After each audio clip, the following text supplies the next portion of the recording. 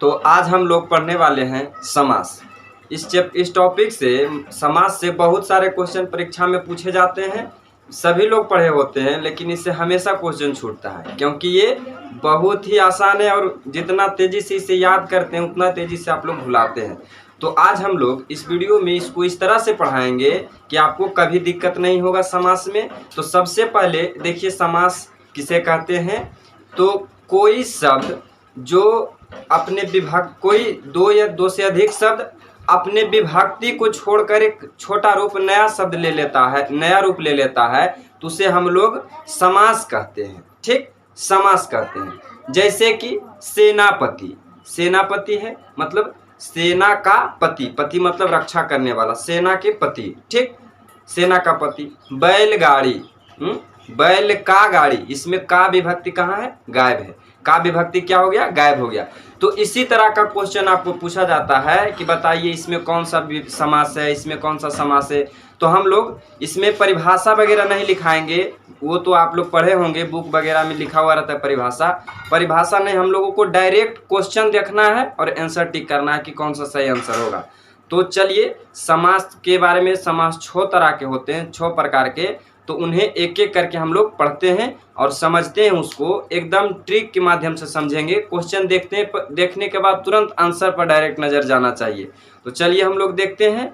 समास 6 प्रकार के होते हैं। पहला समास अव्यय विभाव्य समास। अव्यय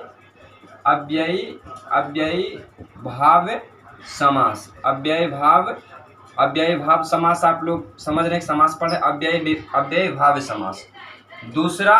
दूसरा होता है तत्पुरुष समास। दूसरा तत्पुरुष समास। और तीसरा होता है कर्मधारय समास। तीसरा देखिए कर्मधारय समास। तीसरा और चौथा होता है द्विगु समास। देखिए चौथा द्विगु समास।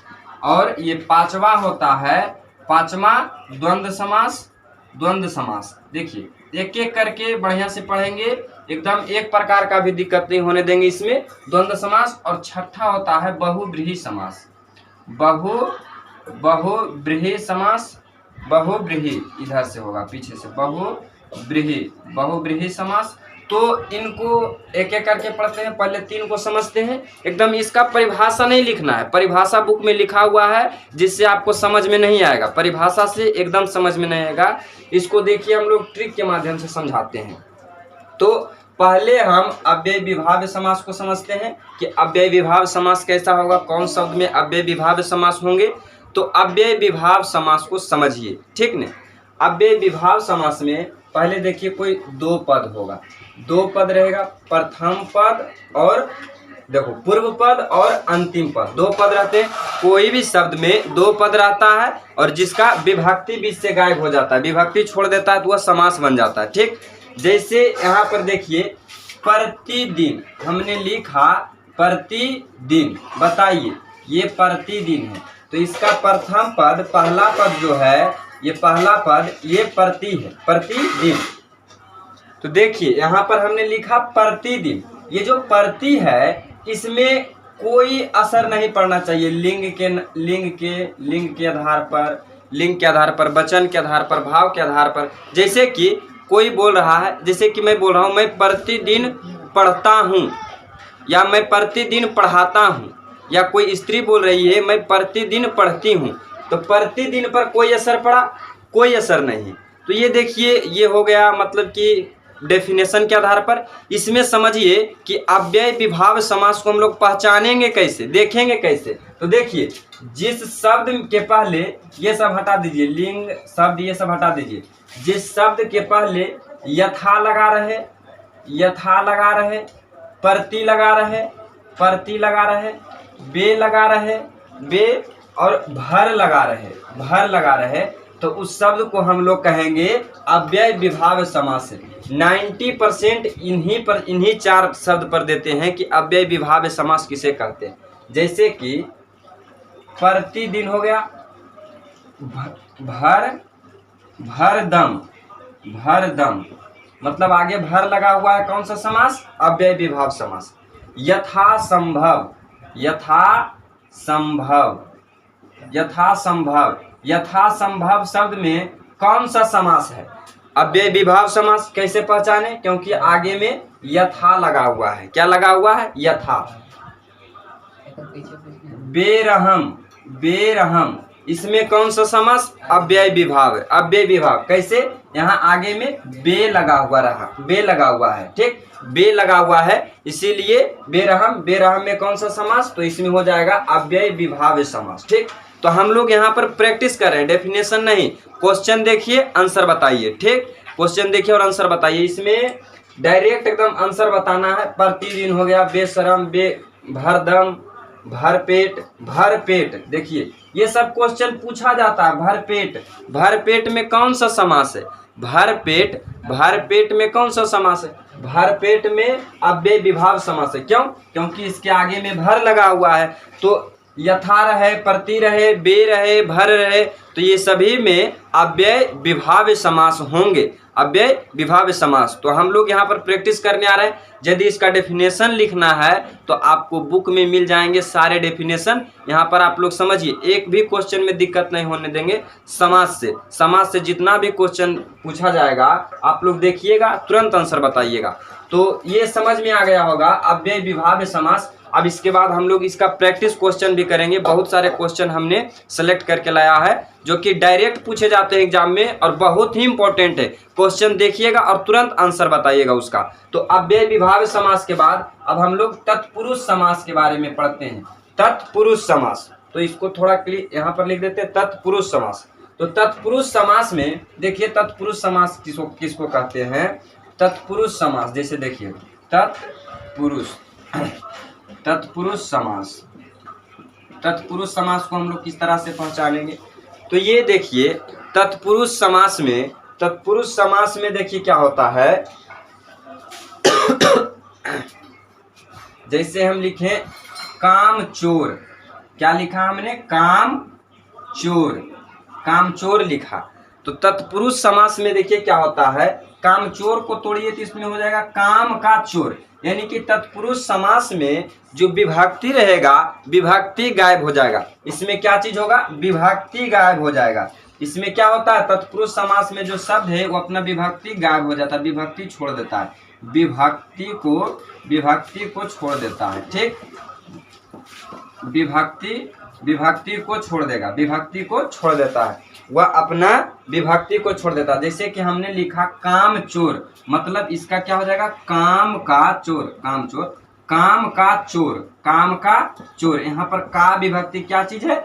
विलुप्त है, गायब है। तो क्या समझेंगे? यह तत्पुरुष समास है, काम चोर। और बहुत सारे काम चोर, सेनापति, सेनापति, सेनापति, यानी कि सेना का पति। इसमें क्या चीज हो जाएगा? सेना का पति, सेना का पति। इसमें का विभक्ति जो है गायब है, यानी कि जिसमें विभक्ति विलुप्त रहेगा, विभक्ति गायब रहेगा। पहले जैसे लिखिए राजपुत्र, ये सभी हमेशा पूछा जाता है, राजपुत्र, ठीक। इसमें देखिए, इसको मतलब कि लिखिए, इसको देखिए क्या होता है, इसमें क्वेश्चन मार्क लगाइए और सोचिए कि क्या बोला।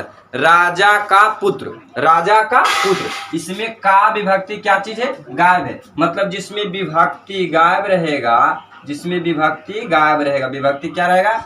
गायब रहेगा, विभक्ति गायब रहेगा, वह तत्पुरुष समास होगा। वह कौन सा समास होगा? तत्पुरुष समास। जैसे बैलगाड़ी, बैलगाड़ी, बैलगाड़ी, यानी कि इसमें क्या चीज है? बैल का गाड़ी, बैल का गाड़ी। इसमें का विभक्ति क्या है? गायब है। तो कौन सा समास? तत्पुरुष समास। इसका परिभाषा उरिभाषा कुछ नहीं लिखना है, आप लोग सभी पढ़े हुए हैं समास, लेकिन बार बार भूल जाते थे। इसको प्रैक्टिस करते रहना है और एक एक क्वेश्चन को बढ़िया से ध्यान से देखिए, लास्ट तक बने रहिए इस वीडियो में। एकदम समास से एक प्रकार का भी दिक्कत नहीं होने देंगे। तो देखिए ये हो गया राजा, राजपुत्र, राजा का पुत्र। इसमें का विभक्ति क्या है? गायब है। मतलब जिसमें विभक्ति गायब रहेगा उसको तत्पुरुष समास कहेंगे, ठीक। अब थोड़ा देखिए, हम लिखते हैं कन्यादान। क्या लिखें? कन्यादान, कन्यादान। मतलब इसका क्या चीज हो जाएगा? कन्या का दान, कन्या का दान। तो क्वेश्चन लिखिए, उसमें क्वेश्चन मार्क लगाइए, कोई शब्द लिखिए उसमें क्वेश्चन मार्क लगाइए, और उसके बाद देखिए कि क्या कहना चाहता है क्वेश्चन। ठीक, कन्यादान यानी कि कन्या का दान, कन्या का दान, इसमें का विभक्ति विलुप्त है, का विभक्ति गायब है, मतलब ये तत्पुरुष समास हो जाएगा। तो ये इसमें देखिए अव्यय विभाव में क्या क्या रहना चाहिए, यथा रहना चाहिए, यथा, प्रति, बे, भर, यानी कि ये सभी रहेगा तो हम समझेंगे कि अव्यय विभाव है। और तत्पुरुष में क्या रहेगा, विभक्ति गायब रहेगा, विभक्ति गायब रहेगा, विभक्ति गायब रहेगा, तो उसको तोड़ के देखना, विभक्ति गायब रहेगा। अब हम लोग कर्मधारय समास के बारे में पढ़ेंगे, कर्मधारय समास किसको कहते हैं, तो इसे थोड़ा क्लीन कर लेते हैं, उसके बाद हम लोग कर्मधारय समास के बारे में समझेंगे। और इसके बाद ये सभी समास समझने के बाद बहुत से क्वेश्चन को प्रैक्टिस करेंगे। आज के क्लास के बाद समास में किसी भी प्रकार का दिक्कत नहीं होने देंगे। आज समास एकदम समाप्त कर देना है, समास को समाप्त कर देना है, एकदम क्लियर, कोई डाउट नहीं रहने देंगे समास में। तो चलिए अब हम लोग इसे क्लीन कर देते हैं। अब स्क्रीनशॉट लेना चाहते हैं तो ले लीजिए। अब हम लोग कर्मधारय समास की ओर चलेंगे।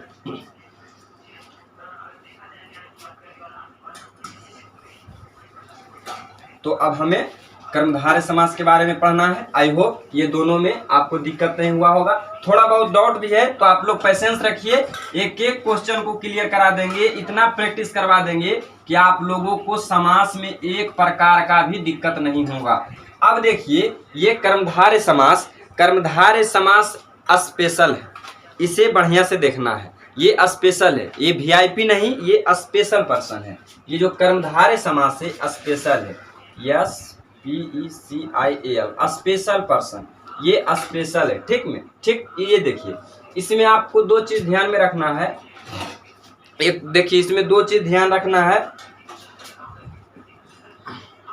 अपमान और उपमेय, अपमान और उपमेय, उपमेय और विशेषण और विशेष, विशेषण और विशेष, ये दो चीज को देखिए ध्यान में सिर्फ रखना है। ये क्या चीज होता है इसको समझना नहीं है, इसे सिर्फ ध्यान में रखना है। देखिए चंद्रमुखी, चंद्रमुख या चंद्रमुखी, देखिए चंद्रमुखी, इसमें देखिए ये जो पहला शब्द है चंद्र मतलब होता है चंद्रमा, चंद्रमा के समान मुख, चंद्रमुखी का मतलब चंद्रमा के समान मुख, चंद्रमा के समान मुख, देखिए चंद्रमा के समान मुख, तो चंद्रमुखी या चंद्रमुख, चंद्रमा के समान मुंह, मतलब कि ये तुलना कर रहा, उपमान उपमेय, अपमान नहीं उपमान होना चाहिए, उपमान और उपमेय। उपमान का मतलब होता है कि कोई बड़ा चीज से और कोई छोटा चीज का तुलना किया जाता हो, तो उपमेय छोटा चीज है, उपमान बड़ा चीज। चंद्रमा बड़ा चीज है, स्पेशल है, बड़ा चीज है, और मुख छोटा चीज, तो तुलना करना, इसमें क्या करता है, तुलना किया जाता है। तो चंद्रमुखी, चंद्रमा के समान मुख, चंद्रमा का तुलना कर रहा है मुंह से, नहीं मुंह का तुलना किससे, चंद्रमा से। तो इसमें कौन सा समास हो जाएगा, इसमें हो जाएगा कर्मधारय समास, इसमें कर्मधारय समास। चंद्रशेखर में, इसमें देखिए ये हो गया। अब देखिए नीलकमल,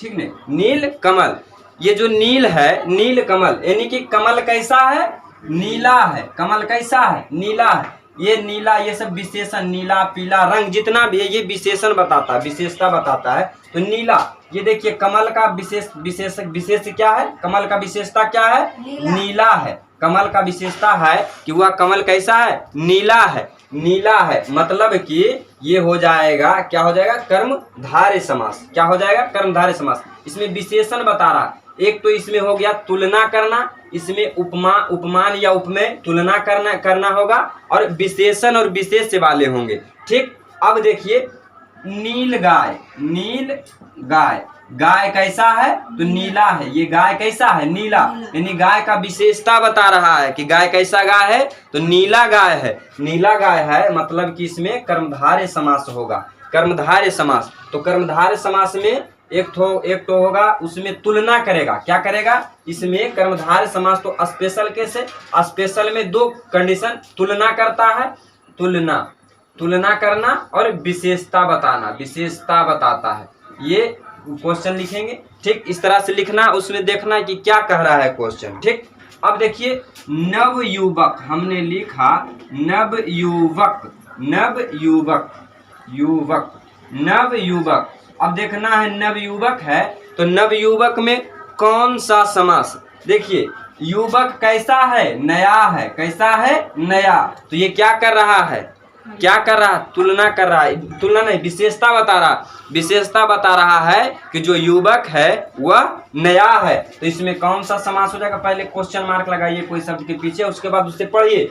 नव युवक मतलब युवक कैसा है, नया है, युवक नया है मतलब कि ये कैसा समास हो जाएगा, कर्मधारय समास। कैसा समास, कर्मधारय समास, कर्मधारय समास। तो कर्मधारय कैसा है, स्पेशल केस है, ये स्पेशल केस है, इसमें तुलना करता है, कोई छोटा चीज के, कोई छोटा का बड़ा चीज से तुलना कर देता है, कोई छोटा से बड़ा चीज का तुलना कर देता है, या फिर उसका विशेषता बताता है, उसका विशेषता बताएगा, उसे हम लोग कर्मधारय समास कहेंगे। तो इसका डेफिनेशन वगैरह हम लोग नहीं लिखा रहे, क्योंकि डेफिनेशन आप लोग जिंदगी भर लिखते आए हैं, रटते आए हैं, उससे कुछ नहीं होने वाला है। आप यहाँ पर देखिएगा, शब्द देखिएगा और यहाँ पर समास बताइएगा कि कौन सा शब्द में कौन सा समास है। तो आई होप कि कर्मधारय समास भी आप लोग समझ गए होंगे। इसका भी स्क्रीनशॉट लेना चाहते हैं तो ले लीजिए। अब हम लोग नेक्स्ट आगे बढ़ेंगे द्विगु समास के बारे में।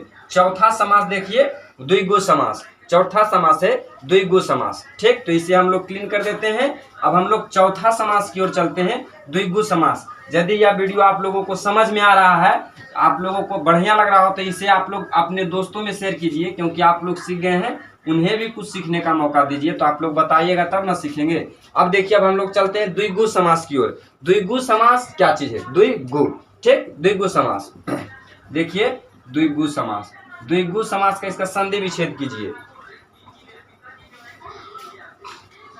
हाँ, तो देखिए द्विगु समास, द्विगु समास यहाँ पर द्वि मतलब क्या होता है, दो, द्वि मतलब दो, दो क्या चीज है, संख्या है, नंबर है। दो क्या चीज है, संख्या है, संख्या। दो क्या चीज है, संख्या है। दो क्या चीज है, संख्या।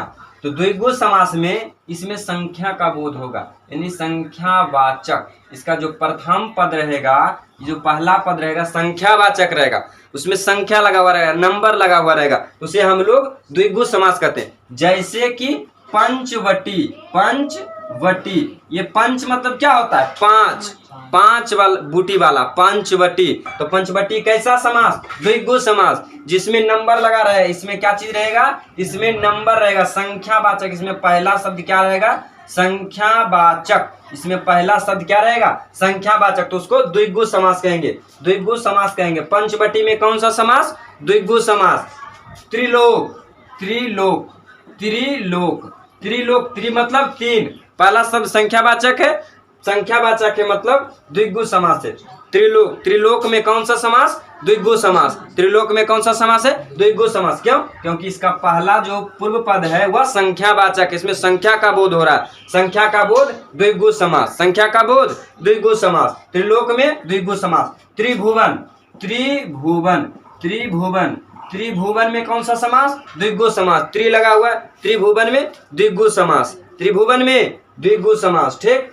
तो और इस तरह का बहुत सारे प्रैक्टिस करेंगे क्वेश्चन। तो पहले आप लोग समझिए कि द्विगु समास कैसा रहेगा, संख्यावाचक रहेगा। चौराहा, चौराहा मतलब कि चार रास्ता वाला समूह, चौराहा, ठीक। चौ क्या चीज है, चार रास्ता, मतलब चौराहा मतलब चार रास्ता, वहां पर चार रास्ता रहेगा, वो क्या चीज हो जाएगा, द्विगु समास। संख्यावाचक है पहला पद, संख्यावाचक, चौराहा में द्विगु समास है। कौन सा समास, द्विगु समास। तो इसी तरह का क्वेश्चन और यही सब क्वेश्चन पूछे जाएंगे आप लोगों को एग्जाम में, तो आप लोग बढ़िया से प्रैक्टिस किए हुए रहिए। अब इसके बाद हम लोग बहुत सारे क्वेश्चन का प्रैक्टिस करेंगे, तो आप लोग वीडियो में लास्ट तक बने रहिएगा, वीडियो को छोड़कर मत जाइएगा। द्विगु समास, अब हम लोग द्विगु तो हो गया संख्यावाचक, अब हम लोग द्वंद्व समास को पढ़ते हैं। द्वंद्व समास सबसे इजी, बहुत सरल है द्वंद्व समास, तो इसे आप लोग स्क्रीनशॉट लेना चाहते हैं तो ले लीजिए। अब हम लोग द्वंद्व समास को पढ़ेंगे कि द्वंद्व समास क्या चीज है, द्वंद्व समास क्या चीज होता है, द्वंद्व समास के बारे में पढ़ेंगे। देखिए द्वंद्व समास, द्वंद्व समास क्या चीज है, द्वंद्व समास, द्वंद्व, द्वंद्व, ठीक, द्वंद्व समास। यहाँ पर ये देखिए दो बार आया, दो बार, मतलब कि इसमें तो विभाग, जब समास पढ़ रहे हैं तो इसमें तो दो पद रहेगा और बीच का विभक्ति क्या रहेगा, गायब रहेगा, बीच की विभक्ति छोड़ देगा तो शब्द बनेगा समास। देखिए, लेकिन ये द्वंद्व समास है, इसके बीच में ये डैश वाला चिन्ह रहेगा, जैसे कि भाई बहन, यानी कि इसमें क्या चीज रहेगा, भाई बहन, एक चीज का उल्टा रहेगा या कंपैरिजन करते हुए रहेगा, भाई बहन, ठीक नहीं। दिन रात, दिन का उल्टा रात, दिन रात, इसमें उल्टा करेगा या कंपैरिजन करेगा, ठीक नहीं। दिन रात, सुबह शाम, माता पिता, माता पिता, माता पिता, माता पिता, माता पिता, ठीक। इसी तरह से लिख सकते हैं, इसमें कौन समास, द्वंद्व समास। इस तरह से नहीं लिख सकते हैं, माता माता पिता, इस तरह से नहीं लिख सकते हैं, इस तरह से लिखना गलत है, इस तरह से लिखा जाता है माता पिता। तो इस माता पिता शब्द में कौन समास है, द्वंद्व समास, ये द्वंद्व समास है, ठीक है। इसमें समान बराबर चीज रहेगा, मतलब कि द्वंद्व समास में समानता हो सकता है, समानता हो सकता है, इक्वलिटी हो सकता है, समानता हो सकता है, या फिर विपरीत रह सकता है, विपरीत। दिन का उल्टा रात, छोटा बड़ा, छोटा बड़ा, छोटा बड़ा, इस तरह से लिखा होगा। मैंने बीच में ये वाला चिन्ह रहेगा, डैश वाला चिन्ह रहेगा, तो क्या समझेंगे कि द्वंद्व समास है। क्या है, द्वंद्व समास। अब देखिए छठा, बहुब्रीहि समास। बहुब्रीहि समास, इसको हम लोग वीआईपी पर्सन बोलते हैं, बहुत वीआईपी है ये, क्या चीज है, दुनिया में एक हो, वीआईपी पर्सन। बहुब्रीहि समास मतलब एक पर्सन, वीआईपी पर्सन है, बहुब्रीहि, बहुब्रीहि। तो देखिए बहुब्रीहि क्या चीज है, बहुब्रीहि समास को हम लोग पढ़ते हैं बहुब्रीहि, बहुब्रीहि समास। ये बहुब्रीहि समास जो है, जैसे कि वीआईपी पर्सन है, हमने बोला दशानन, दशानन, दशानन, दशानन मतलब जिसका 10 आनन हो, 10 भुजा हो, मतलब क्या हुआ, निकला उसका रावण, रावण, ये स्पेशल पर्सन है रावण, ठीक। लंबोदर, लंबा उदर हो जिसका, लंबा उदर हो जिसका, लंबोदर, ये वीआईपी है। इसमें स्पेशल वाला में नहीं समझ लेना, कर्मधार में नहीं समझ लेना, स्पेशल वाला में नहीं समझना। ये क्या चीज है, बहुब्रीहि, बहुब्रीहि समास है। दशानंद मतलब रावण, जिसे हम बोले लंबोदर, लंबोदर, लंबोदर कैसा है, ये बहुब्रीहि समास है। लंबा उदर हो जिसका, गणेश जी का लंबा उदर है, स्पेशल है गणेश जी, लंबा उदर, ठीक है, लंबोदर, ये कैसा है, बहुब्रीहि समास। तो ये वीआईपी पर्सन हो गया, वीआईपी। तो चलिए अब प्रैक्टिस क्वेश्चन करते हैं। तो ये हमने समझा दिया, अब इस पर बहुत सारे प्रैक्टिस क्वेश्चन करते हैं। आप लोग कमेंट करके जवाब देते जाइएगा कि किसका क्या आंसर होगा, ठीक। तो अब हम लोग इसे मिटा देते हैं, अब इस पर प्रैक्टिस क्वेश्चन करते हैं।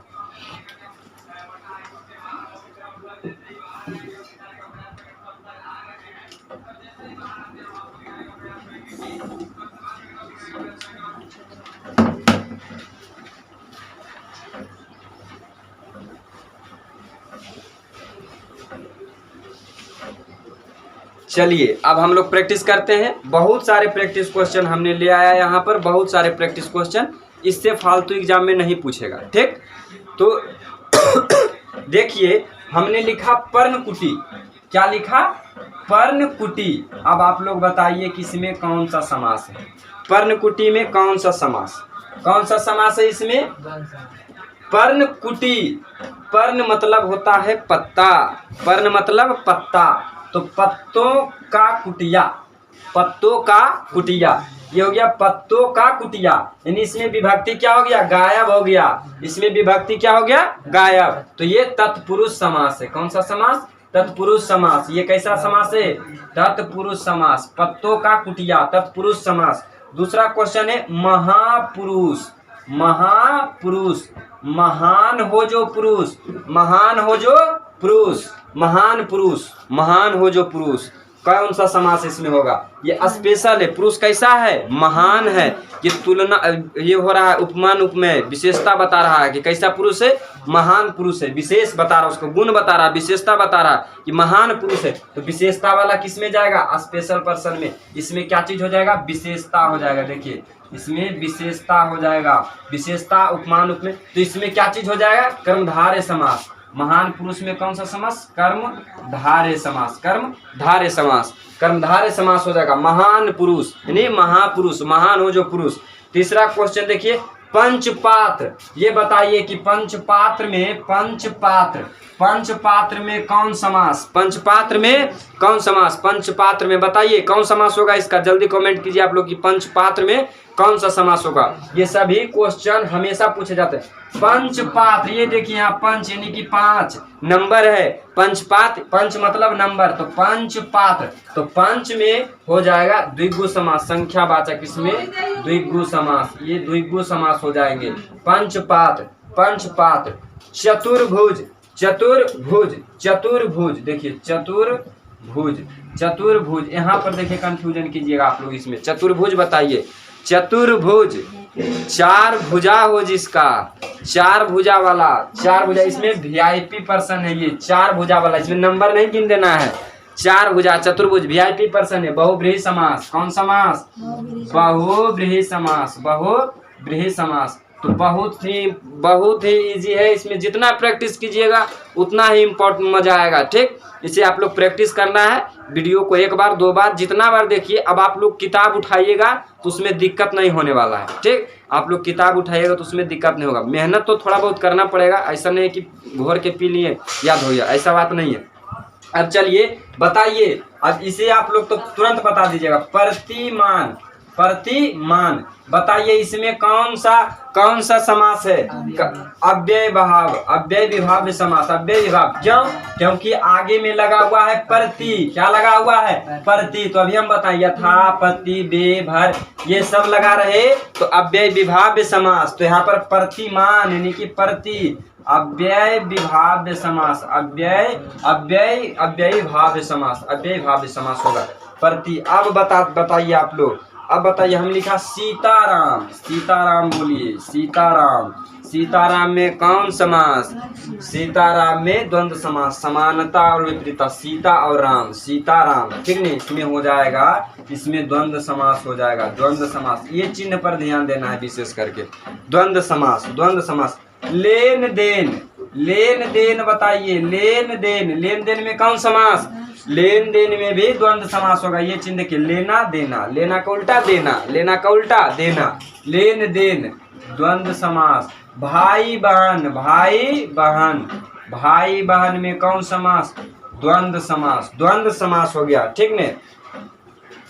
दाल भात में कौन समास, दाल भात में बताइए कौन समास, ये क्वेश्चन बार पूछता है दाल भात वाला, हाँ दाल भात वाला हमेशा पूछेगा, तो दाल भात में कौन समास, द्वंद्व समास। ये सभी क्वेश्चन हमने क्वेश्चन बैंक से उठाया है, सबको यहाँ पर एक तरह जमा कर लिया कि कौन सा शब्द कहाँ, तो यही सब शब्द पूछे जाते हैं द्वंद्व समास, ठीक ने, द्वंद्व समास।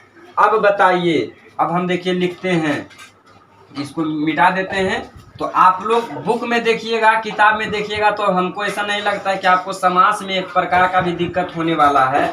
थोड़ा बहुत जो डाउट है, दिक्कत है, तो उसे आप लोग प्रैक्टिस करते रहिएगा तो खत्म हो जाएगा समास में। बहुत ही इंपॉर्टेंट टॉपिक, इससे लगभग 5 से 10 नंबर तक पूछता है ऑब्जेक्टिव क्वेश्चन में, डायरेक्ट दे देगा। अब इस तरह से लिख देगा, कमल नयन में बताइए कि कौन सा समास है, 4 ऑप्शन दे देंगे, बताइए कि कमल नयन में कौन सा समास है।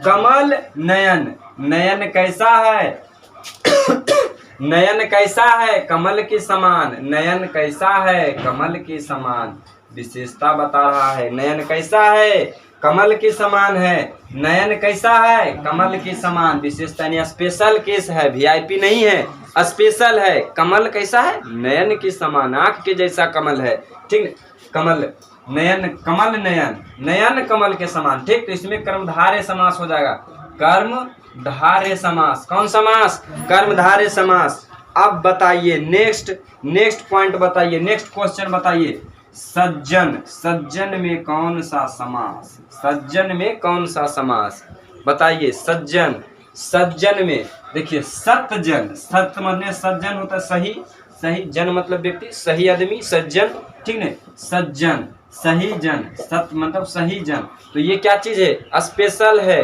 कर्मधारय, वीआईपी नहीं है, कर्मधारय समास होगा, सज्जन में कर्मधारय समास। बताइए अब राजा का रंक, इसमें कौन समास, इसमें कौन समास, ये वाला हो जाएगा, ये द्वंद्व समास। कौन समास, द्वंद्व समास होने वाला है, ये द्वंद्व समास हो जाएगा। चलिए अब हम दूसरा प्रश्न देखते हैं। देह चोर, कौन चोर, देह चोर। देखता है काम वगैरह नहीं करता उसको गांव में देह चोर बोला जाता है। देह चोर, अब देह चोर देखिए यहाँ पर हमने देह चोर लिखा, अब यहाँ पर क्वेश्चन मार्क लगाइए। अब सोचिए, इसको पूरा एक्सप्लेन कीजिए कि देह चोर कहना क्या चाहता है। देह चोर, देह का चोर, देह का चोर। यहाँ पर का विभक्ति कहाँ चल गया, गायब हो गया। विभक्ति गायब होना मतलब कहाँ जाएगा, तत्पुरुष समास। तो देह चोर तत्पुरुष समास है। देह चोर कैसा समास है, तत्पुरुष समास। देह चोर कैसा समास है, तत्पुरुष समास। बेरहम, बेरहम, बेरहम में बताइए कौन सा समास है। बेरहम, बेरहम, बेरहम, बेहाया, बेरहम, बेहाया, इस सब में कौन समास, अव्यय विभाव समास। बे लगा हुआ है, अव्यय विभाव्य समास, अव्ययी भाव्य समास, अव्ययी भाव्य समास, अव्ययी भाव्य समास। बेरहम, अव्ययी भाव्य समास। अब देखिए इसे मिटाते हैं, बहुत ही इंपॉर्टेंट क्वेश्चन है। इसके बाद दोबारा समास में दिक्कत नहीं होगा। इसके बाद आप लोग लास्ट तक बने रहिए, इसमें बहुत ही इंपॉर्टेंट क्वेश्चन को सिलेक्ट करके लाएं। इसके बाद कभी भी दिक्कत नहीं होने देंगे। चलिए इसको अब हम लोग क्लीन करते हैं और क्वेश्चन को हम लोग प्रैक्टिस करेंगे। एकदम प्रैक्टिस करते रहना है। एग्जाम में आप लोग क्वेश्चन देखिएगा, पहले समास को खोज खोज के बनाइएगा कि समास कहाँ है। पहले समास को खोजेगा, समास कहाँ है, पहले समास, पहले समास वाला को बनाना है। चलिए अब देखिए, अब बताइए, अब बताइए, अब इसमें बताइए कौन सा समास है। भरसक, भरसक में कौन सा समास, भरसक, भरसक में कौन सा समास है। तो भरसक में अव्यय विभाव्य समास, क्योंकि भर लगाओ, यथा, प्रति, बे, भर, ये सभी लगा रहेगा तो हो जाएगा अव्यय विभाव समास। तो भर लगा हुआ है तो ये अव्यय विभाव्य समास। अब नेक्स्ट क्वेश्चन बताइए, अब नेक्स्ट क्वेश्चन बताइए कि प्रत्येक, प्रत्येक में कौन सा समास है। प्रत्येक, प्रत्येक, प्रत्येक को संधि विच्छेद कीजिए, मतलब प्रत्येक मतलब एक, प्रति एक, ठीक है। प्रति आ रहा है, इसका संधि विच्छेद कीजिएगा तो प्रति मतलब प्रत्येक, प्रति मतलब इसमें भी अव्यय विभाव्य समास होगा। अव्यय, अव्ययी भाव्य समास, अव्ययी भाव्य समास। अब बताइए धनहीन, धनहीन, धनहीन, धनहीन मतलब धन का हीन, उसके पास धन नहीं है, धन का हीन। यहाँ पर का विभक्ति खत्म हो गया। आपको विभक्ति देखिए आना चाहिए। कर्ता ने कर्म को करण से द्वारा संप्रदान को क्रिया प्रदान से जुदाई संबंध का के अधिकरण में पेपर संबोधन नियोज्य, ये सभी विभक्ति है, ये सभी विभक्ति आपको याद होना चाहिए। तो इसमें बताइए धनहीन, इसमें कौन विभक्ति गायब हो रहा है, का विभक्ति गायब हो रहा है। तो विभक्ति गायब होता है, विभक्ति गायब होता है कौन सा समास में, तो तत्पुरुष समास में विभक्ति गायब होता है। तो धनहीन में कौन सा समास, धनहीन में तत्पुरुष समास है। धनहीन में कौन सा समास है, तत्पुरुष समास। धनहीन में तत्पुरुष समास, धनहीन में तत्पुरुष समास हो गया। अब बताइए लह पुरुष, लह पुरुष में कौन सा समास, लह पुरुष। आप इसे देखिए यहाँ पर लिख दिए लौह पुरुष, इसमें क्वेश्चन मार्क लगाइए। अब सोचिए कि लौह पुरुष, लोहा के जैसा पुरुष, पुरुष कैसा, लोहा के जैसा, किसके जैसा, लोहा के जैसा। किससे तुलना कर रहा, लोहा से तुलना कर रहा है, मतलब किस में जाएगा, तुलना करना मतलब किसमें, विशेषता या तुलना करना, ठीक, इसमें आएगा स्पेशल केस, स्पेशल केस। इसमें कर्मधारय समास, कौन सा समास, कर्मधारय समास। कौन सा समास हो जाएगा, कर्मधारय समास। लौह पुरुष, लौह पुरुष में कौन सा समास, कर्मधारय समास। अब नेक्स्ट क्वेश्चन देखिए यज्ञशाला, कौन साला, यज्ञशाला, यज्ञशाला, यज्ञ करने का जगह, जैसे पाठशाला, पाठशाला मतलब कि पढ़ने वाला जगह, ठीक नहीं, यज्ञशाला, यज्ञ का जगह, यज्ञशाला, यज्ञ का जगह। इसमें कौन विभक्ति गायब हो रहा, का विभक्ति गायब हो रहा, यज्ञशाला, विभक्ति गायब होगा मतलब तत्पुरुष समास, तत्पुरुष समास।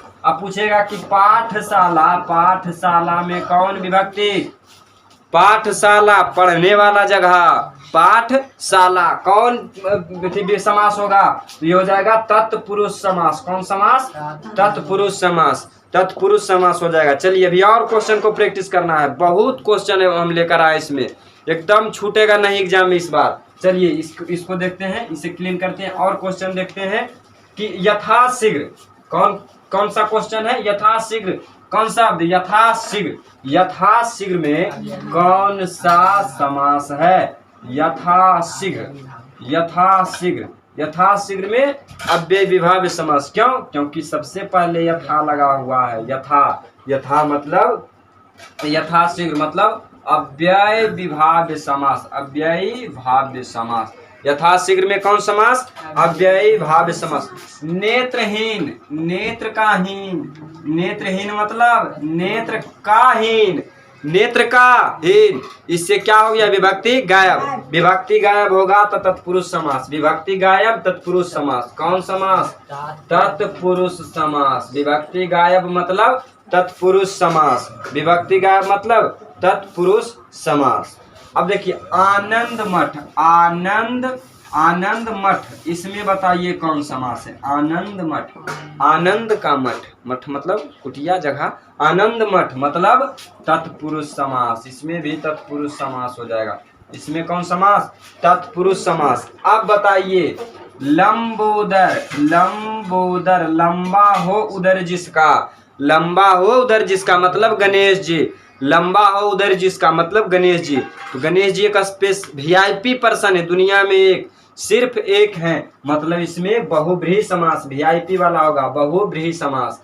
इसमें कौन समास, बहुव्रीहि समास, बहुव्रीहि समास। नीलकंठ, नीलकंठ, नीला कंठ हो जिसका, नीलकंठ, नीलकंठ मतलब शंकर भगवान, नीलाकंठ शंकर जी, इसमें कौन समास, वीआईपी पर्सन, ये बहुव्रीहि समास, बहुव्रीहि समास, बहुव्रीहि समास।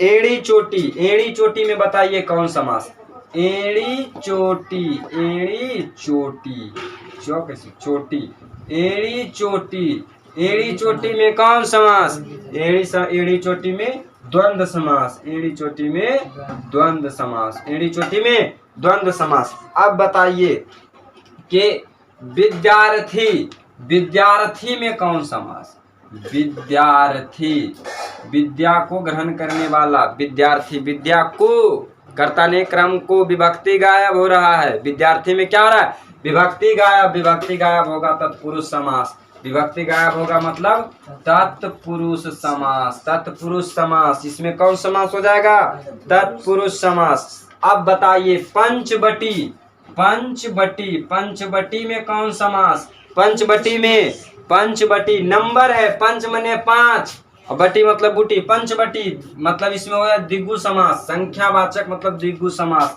पंचवटी मतलब द्विगु समास, पंचवटी। त्रिभुवन, त्रिभुवन, त्रिभुवन में कौन समास, द्विगु समास, यहाँ त्रि मतलब तीन होता है, त्रिभुवन। ठीक, ये सभी नंबर हैं। तो और बहुत सारे क्वेश्चन को हम लोग प्रैक्टिस करेंगे। एक क्वेश्चन और लास्ट बता दीजिए, इसमें कौन सा समास होगा, प्रतिमास, प्रतिमास में कौन समास, अव्यय विभाव्य समास, प्रतिमास में। तो आई होप कि ये जो समास का सेशन था सभी को अच्छा लगा होगा, और समास में एक प्रकार का भी दिक्कत नहीं होगा आगे। अगर दिक्कत होता है तो इसे फिर से देखिए, इस वीडियो को पीछे करके, तो एक प्रकार का भी दिक्कत नहीं होगा। अब हम लोग नेक्स्ट क्लास में आप लोग कमेंट करके बताइए कि व्याकरण में किस टॉपिक पर हम लोग वीडियो बनाएं, हम लोग उसे भी इसी तरह से ट्रिक के माध्यम से प्रैक्टिस करके एक एक को ख़त्म कर देंगे। समास का परिभाषा वगैरह ये सब तो आप लोग ज़िंदगी भर रटते आए होंगे, लेकिन इस तरह का समास आप लोग कभी नहीं पढ़े होंगे। तो आई होप कि यह वीडियो आपको अच्छा लगा हो, ये समझ में आया होगा समास का सेशन। तो अपने दोस्तों में ज़रूर शेयर कीजिएगा, और हमारे चैनल पर नए आए हो तो इसी तरह का वीडियो पाने के लिए हमारे चैनल को सब्सक्राइब कर ले। मिलते हैं नेक्स्ट वीडियो में। जय हिंद।